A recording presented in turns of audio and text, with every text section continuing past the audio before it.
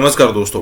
अब हम सबको पता है कि प्रधानमंत्री मोदी जब ब्रिक्स समिट और उसके बाद वो ग्रीस गए थे, वहाँ से वापस आए और उसके बाद उन्होंने तुरंत यहाँ पर इसरो की ऑफिस गए, इसरो के हेडक्वार्टर गए और वहाँ पर जो भी साइंटिस्ट थे उनको संबोधित किया। और हम सबको पता है कि वो थोड़ा इमोशनल भी हो गए थे, मतलब वो कहते कहते। और ऑब्वियसली अगर उनकी जगह किसी और को भी यहाँ पर स्पीच देना पड़े और जिस तरीके से वो इंडिया को फील करते, अगर वो बंदा भी इंडिया को फील करने की ट्राई करे तो वो भी इमोशनल हो जाएगा, क्योंकि एक बहुत बड़ा अचीवमेंट है वो। तो उसके बाद प्रधानमंत्री मोदी ने अनाउंसमेंट किया कि जहां हमारा रोवर उतरा है उस पॉइंट को शिव शक्ति पॉइंट कहा जाएगा। और क्या था, बस चालू हो गया सेक्युलरिज्म का कीड़ा कि भाई सेक्युलर एक कंट्री है, उसमें अपना हम ऐसा कैसे रख सकते हैं वगैरह वगैरह, खास करके कांग्रेस की तरफ से। देखिए, कांग्रेस दोनों तरफ खेल रही है, सॉफ्ट हिंदुत्व भी खेलना है, मुस्लिम वोट्स भी उनको चाहिए। और अगर मान लीजिए कि उन्होंने यहाँ पर विरोध नहीं भी किया तो फिर मुसलमान उनको क्वेश्चन करेंगे कि भाई देखिए ये सब हो रहा है, आप कर क्या रहे हो। तो इसको लेकर पूरा बसड़ मचा हुआ था, यहाँ पर यही बात हो रही है। इसी के साथ ये वीडियो शुरू करते हैं। और मैं सैल्यूट करता हूं, और यही चीज भारत को चाहिए, इस किस्म की लीडरशिप जहां पे एक बंदा ये बोले कि ठीक है मैं प्रधानमंत्री हूं लेकिन मैं तुम्हारे घर आऊंगा, I will come to your place, I will come to your office and I will congratulate you there. अच्छा, 2-3 अनाउंसमेंट करी है, मैं इसके पीछे भी आपको फिलॉसफी समझाता हूं दोस्तों। इसके पीछे भी ना बड़ी किट शुरू हो गई, सोशल मीडिया पे किट होती है, ठीक है ना। आप सिर्फ ये बोल दें कि मतलब कि आज दिन है, अभी आपको सिर्फ ये बोलना है कि 3 बज रहे हैं दोपहर, मतलब ये ना दोपहर के 3 बज रहे हैं अभी। ओ भाई साहब, उसमें बोले 3 कैसे बज रहे हैं, जब मैंने देखा था तो 5 बज रहे थे, इसलिए अभी 5 बज रहे हैं। ये सोशल मीडिया पे ऐसी बहसें हो जाती हैं फालतू की। जहां पे चंद्रयान 2 ने अपने इम्प्रिंट छोड़े, राइट, जहां पे चंद्रयान 2, उसका नाम रखा है तिरंगा पॉइंट, उसका नाम रखा है तिरंगा पॉइंट। और जहां पे चंद्रयान 3 का हुआ, ठीक है, जहां पे उसका रोवर लैंड करा, उसका उस जगह का नाम रख दिया शिव शक्ति। अब इसके पीछे कुड़कुड़ होना शुरू हो गई सोशल मीडिया पर। कुड़कुड़ क्या हो गई भाई? कुड़कुड़ी हो गई शिव शक्ति, फिर आप हिंदुत्व की बात कर रहे हैं, फिर आप हिंदुइज्म की बात कर रहे हैं, फिर आप एक सेक्युलर कंट्री में हिंदू चीजें ला रहे हैं। मैं सिर्फ एक बात बता दूं, वही लोग जो बोलते हैं ना, वो कहते हैं हम अपनी इंडियन आर्मी की बड़ी इज्जत करते हैं। अब आप बोलेंगे मेजर साहब इंडियन आर्मी कहां से आ गई बीच में, हम तो इसरो की बात कर रहे हैं। इंडियन आ गई, आ रही बीच में भैया, आ चुकी है बीच में, आ नहीं रही, आ चुकी है बीच में। अब मैं आपको बताता हूं इंडियन आर्मी के जो ऑपरेशंस हैं, राइट, उनके नाम मैं आपको बताता हूं।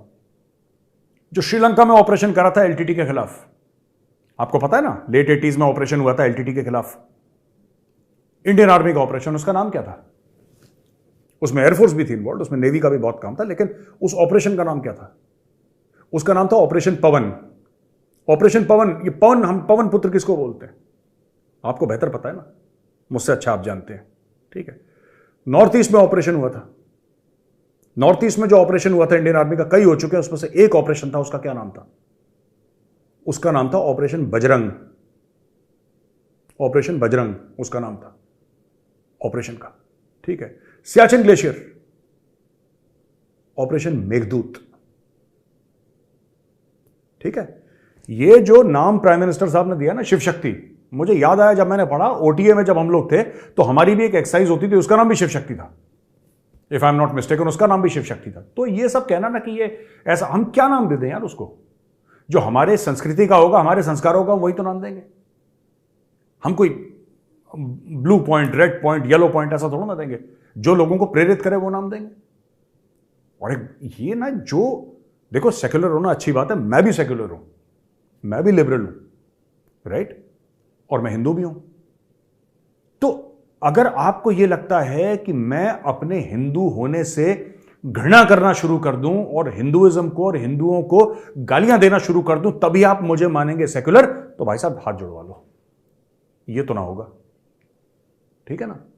हम हैं, हम सबकी इज्जत करते हैं और सबसे उम्मीद रखते हैं कि आप हमारी भी इज्जत करो जैसे हम आपकी इज्जत कर रहे हैं। इसमें ऐसा क्या, किसकी भैंस खोल ली यार, किसकी जायदाद मांग ली हमने? ये लोग यही चाहते हैं सेक्युलरिज्म का। इनका जो डेफिनेशन है सेक्युलरिज्म का, दोस्तों असली डेफिनेशन क्या है, मैं इसलिए बोल रहा हूं क्योंकि प्रधानमंत्री जी ने शिव शक्ति पॉइंट रखा है नाम। सेक्युलरिज्म का ये डेफिनेशन है, एक्चुअली जो ओरिजिनल डेफिनेशन है, separation of church and state. Original definition है जो यूरोपियंस ने दी थी, separation of church and state. यहां में चर्च था, जो क्रिश्चियन चर्च था वो बड़ा पावरफुल था और वो हावी हो जाता था सरकार के ऊपर। तो बोला कि सेक्युलरिज्म वो होगी जहां पे स्टेट अलग होगा, चर्च अलग होगा, राइट? यानी कि धार्मिक मामले अलग होंगे और जो सियासी मामले होंगे या पॉलिटिकल मामले होंगे, राजनीतिक मामले होंगे, सरकारी मामले होंगे, वो अलग होंगे। इन दोनों में कोई मेल मिलाप नहीं होगा, दूर होंगे। ये अपनी दुनिया, ये अपनी दुनिया, राइट? तो ऐसे शुरू हुआ जो ओरिजिन था वर्ड सेक्युलर का। फिर सेक्युलरिज्म को आगे बढ़ाया। इंडिया के कॉन्टेक्स्ट में ये कहते हैं कि सारे धर्म बराबर हैं, सारे धर्म बराबर हैं, राइट? और आप 99.9% हिंदू से बात करना, उनकी लड़ाई बराबरी की है। और आप बोलेंगे ऐसी बराबरी कैसी, जिस देश में 85% हिंदू हैं, वो बात कर रहे हैं बराबरी की, ऐसा कैसे हो सकता है? आपको तो सब पे हावी हो जाना चाहिए, आप तो ये बन जाना चाहिए, हिंदू राष्ट्र बन जाना चाहिए। अगर 85% हिंदू चाहते तो बन चुका होता। ये नहीं क्यों नहीं बन रहा है हिंदू राष्ट्र? इसलिए क्योंकि 85% हिंदू नहीं चाहते। ये मैं आपको एक सच्ची बात बता रहा हूं, और मैं सेक्युलर हूं, मैं लिबरल हूं, तब मैं आपको बता रहा हूं कि ये देश डेमोक्रेसी इसलिए है क्योंकि इसमें 85% हिंदू है। जिस दिन ऐसा नहीं रहेगा उस दिन इसका टाटा फेस हो जाएगा मामला, हमारे जो सेक्युलर फैब्रिक का। देखिए, कॉन्स्टिट्यूशन जो है ना, ये हमारी होली बुक है, ये हमारी मुकद्दस किताब है, कॉन्स्टिट्यूशन ऑफ इंडिया, राइट? लेकिन कॉन्स्टिट्यूशन को डिफेंड करने वाला भी तो चाहिए। तो ये तो बात हो गई शिव शक्ति पॉइंट की, ठीक है? अब शिव शक्ति पॉइंट के बारे में लोग बोलेंगे तो हम जैसे बोले कि भक्तों आवाज तो उठाएंगे यार, तो हमने आवाज उठा ली। अच्छा, अब देखो यार, मैं कभी ना बीजेपी कांग्रेस नहीं करना चाहता। आप मेरे इतने सालों से आपका आशीर्वाद बना रहा, आपका प्यार बना रहा, मैंने कभी कांग्रेस बीजेपी ये फलाने ये पार्टी मैंने बात नहीं करी। मैं तभी आता हूं बीच में जब कोई पार्टी मुंह खोलती है और हमारी सुरक्षा के बारे में बात करती है, डिफेंस के बारे में बात करती है, नेशनल सिक्योरिटी के, वरना मेरा कोई लेना देना नहीं यार। आपको क्या लगता है हम कर्नाटक में चुनाव जीत गए? ओ भैया, तुम कर्नाटक में जीत गए, तुम दिल्ली में भी जीत जाओ यार, तुम तमिलनाडु में जीत जाओ, तुम पंजाब में जीत जाओ, तुम्हें जहां मर्जी जीतना है तुम जीत लो यार, मेरा क्या उससे लेना देना। मैं तो बात नहीं करता राजनीतिक मामलों में, तो तुम क्यों नेशनल सिक्योरिटी के मामलों में बात करते हो? एक बात बताओ, जब फौजी नहीं बात करता पॉलिटिक्स पे, तो आप लोग क्यों बात करते हैं फौज का? अब आप बोलेंगे हमारा हक है, बिल्कुल हक है, हमारा संवैधानिक हक है, बिल्कुल आपका संवैधानिक हक है। तो मैं भी तो भारत का सिटीजन हूं भाई, मेरा भी तो वोटर आईडी कार्ड है, मेरा भी तो आधार कार्ड है, मेरा भी तो पासपोर्ट है, मेरा भी तो पैन कार्ड है, मैं भी तो टैक्स देता हूं। तो क्या मैं बात नहीं कर सकता? मैं करता नहीं हूं, मेरी चॉइस है, लेकिन आज मैं करूंगा, और आज राजनीतिक बात होके रहेगी। यार, राहुल गांधी गए लद्दाख, उन्होंने वही पुराना अपना गाना सुनाया कि इतने हजार किलोमीटर जमीन घेर ली है, ये कर लिया, वो कर लिया। कल रात को मैं अर्नब के साथ डिबेट पे बैठा था, वही गाना गा रहे वहां पे। मैंने पूछा साहब आपको कैसे पता? कि लोकल्स ने बताया। कुछ नहीं बताया लोकल्स ने वहां पे, ये सब झूठी बातें, सब झूठी बातें। वहां पे पार्टी के कार्यकर्ता थे जिन्होंने बोला कि आप ये बोल दो, बहुत अच्छा मामला रहेगा। एक रिकॉर्डिंग भी आई थी इसकी, एक रिकॉर्डिंग भी आई थी कारगिल से, कोई कांग्रेस का कार्यकर्ता था जो ये, उसकी रिकॉर्डिंग अगर आप ढूंढेंगे, आई थिंक कांग्रेस का था, किसी और पार्टी का था वो, आप ढूंढेंगे आपको यूट्यूब पे मिल जाएगी, इंटरनेट पे कहीं ना कहीं मिल जाएगी। कारगिल या कहीं से उसका लेना देना था, जो कह रहा था कि अच्छा चाइनीज आ जाएं तो बेहतर है, और ये सब दुनिया भर की बातें कर रहा था। जब वो गलवान शलवान का मामला चल रहा था ना, तब की बात है। यार मैं आपको 2-3 बातें बताता हूं, ये ना राजनीतिक, मैं तो राहुल गांधी जी से एक बात कहूंगा, सर आप मेहनत करो, दबा के मेहनत करो, आप चुनाव जीतो।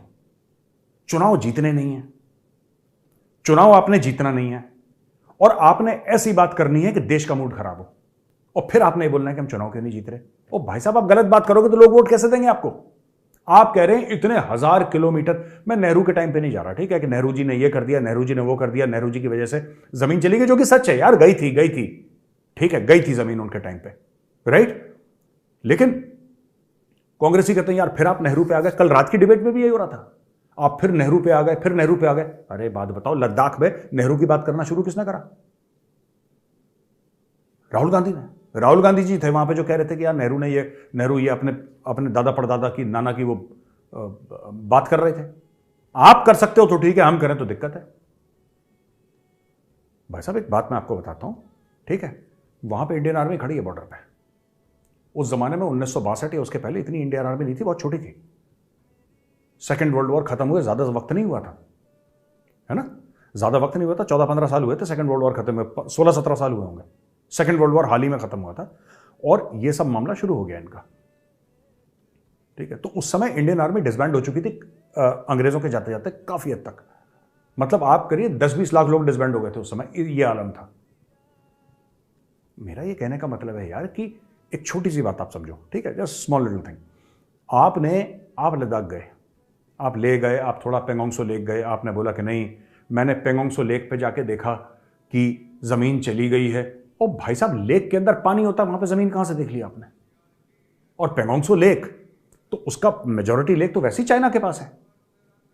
वो चाइना के पास आज से नहीं, वो 70-80 साल से चाइना के पास है। कब से चाइना के पास है पेंगोंगसो लेक? तो ऐसा नहीं कि पेंगोंगसो लेक था उन्हीं के पास।